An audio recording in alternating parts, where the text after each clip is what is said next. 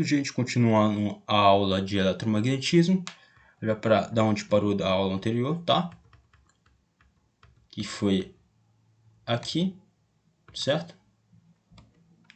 Agora a gente imagina aqui, ó, uma carga que está sujeito a um campo magnético, que ele está entrando aqui na tela, tá?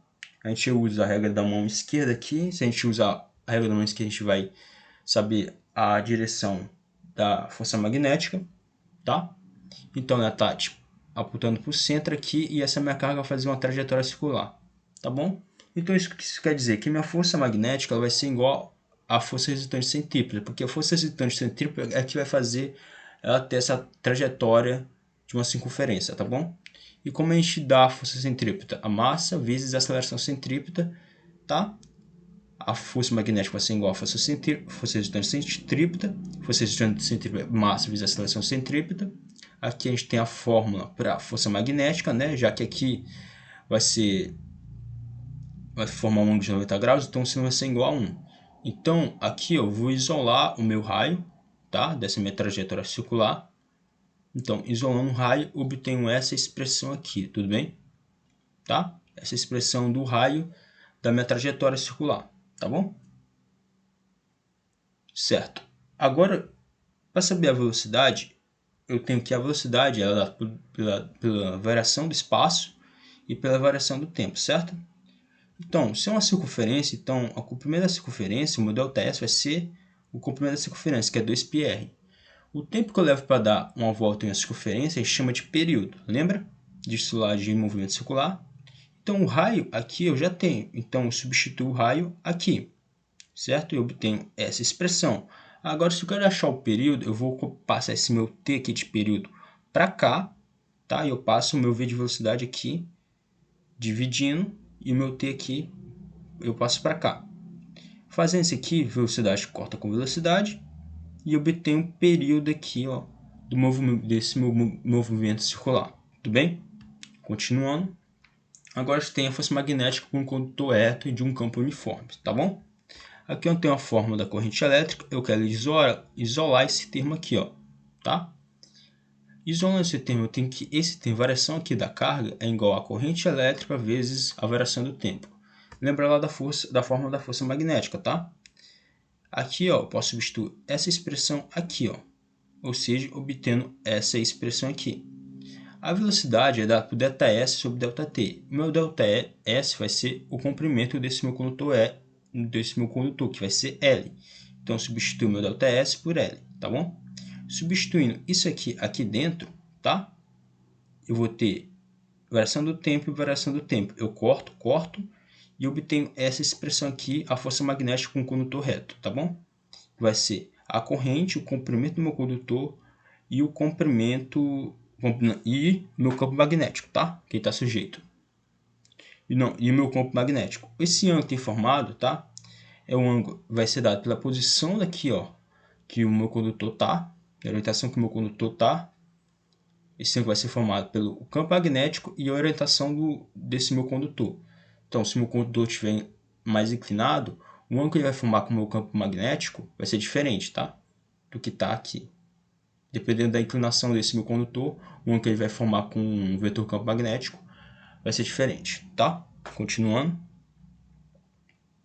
Tá? Aqui eu tenho a força magnética para dois condutores paralelos, tá? Aqui, ó, esse condutor aqui ele vai gerar, tá passando. Quando eu tenho as correntes no mesmo sentido, eu vou gerar uma força aqui, ó, de atração. E quando elas estiverem em sentidos diferentes, eu vou gerar uma força de repulsão, tá bom? Aqui, ó, esse meu condutor 1, ele está gerando um campo magnético, tá?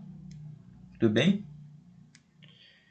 Ele está gerando um campo magnético. E como é que eu faço para calcular o campo magnético entre esses condutores paralelos, tá bom?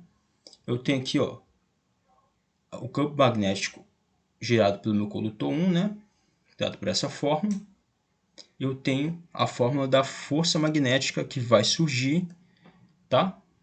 A fórmula da força magnética que vai surgir, certo?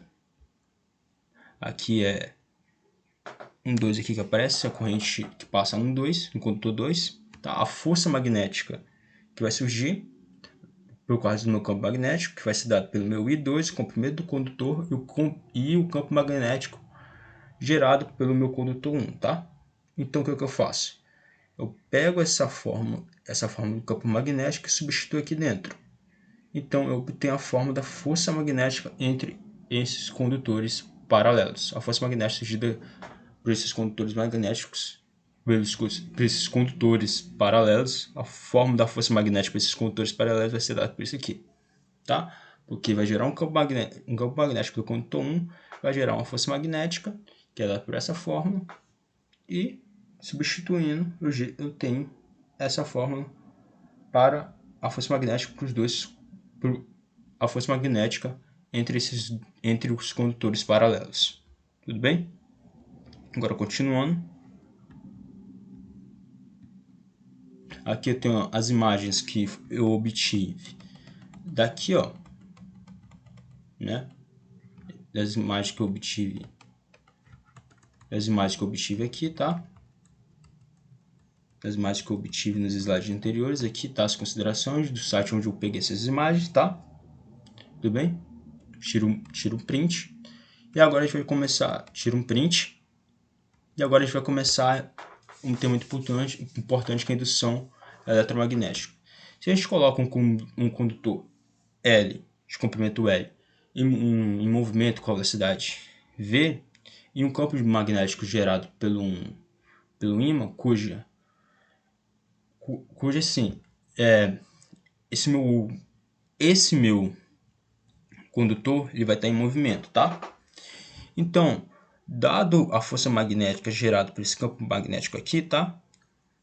Os elétrons, aqui, ó, eles vão descer, tá? Pela força magnética. Eles vão descer, ou seja, eles vão descer para a parte inferior aqui do meu condutor, certo? Então, essa parte inferior vai estar carregada negativamente, essa parte superior vai ter que estar carregado positivamente. Esses elétrons vão continuar descendo para a parte inferior até o ponto em que a força elétrica, tá, surgida por a força elétrica surgida entre as cargas e a força magnética se equilibram.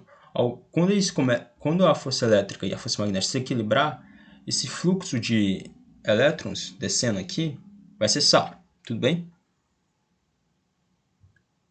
Então, agora se a gente pega esse condutor que está polarizado, anteriormente, que a gente viu no exemplo anterior, polarizado, coloca ele em cima de outro condutor aqui, ó, e a gente pega esse condutor e a gente começa a movimentar ele, deslizar ele sobre esse outro condutor, formando um circuito fechado. O que eu vou ter aqui é uma diferença de potencial, uma força eletromotriz, que nesse caso é uma fém induzida. Essa fém induzida vai gerar uma corrente elétrica induzida aqui, nesse meu circuito fechado. E como a gente calcula essa fém induzida, tá? A gente tem a fórmula aqui do campo elétrico, a DDP, né? O comprimento do meu condutor. Só que essa minha DDP ela é igual a fém induzida, tá? E aqui eu tenho o comprimento do condutor. Isso aqui vai ser o meu campo elétrico, tá? Vai ser igual a isso, tá?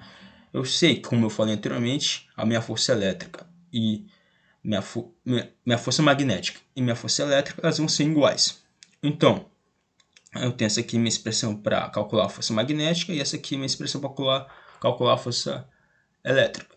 Eu tenho carga e carga aqui. Eu corto, certo? E eu vou ter aqui só sobrando o campo elétrico, tá? Eu sei que essa é a minha expressão aqui para calcular o campo elétrico nessa situação aqui. Então, eu substituo e obtenho isso aqui. Então, para achar a fém induzida, eu só passo esse L multiplicando, tá? E aqui eu acho a fém induzida para esse caso, que vai ser igual ao campo elétrico, a velocidade que esse meu condutor tá e o comprimento dele, tá? E o campo magnético, a velocidade do meu condutor e o comprimento dele. Campo magnético, a velocidade do meu condutor e o comprimento dele, tá bom? Tá? Agora, uma coisa muito interessante que Faraday ele descobriu, né? Ele viu que se a gente varia o fluxo magnético aqui em uma espira, a gente produz uma corrente induzida. Eu tenho meu ímã aqui e eu começo a movimentar ele e eu começo a criar uma corrente elétrica induzida nessa minha espira, tá? A variação do fluxo magnético eu consigo criar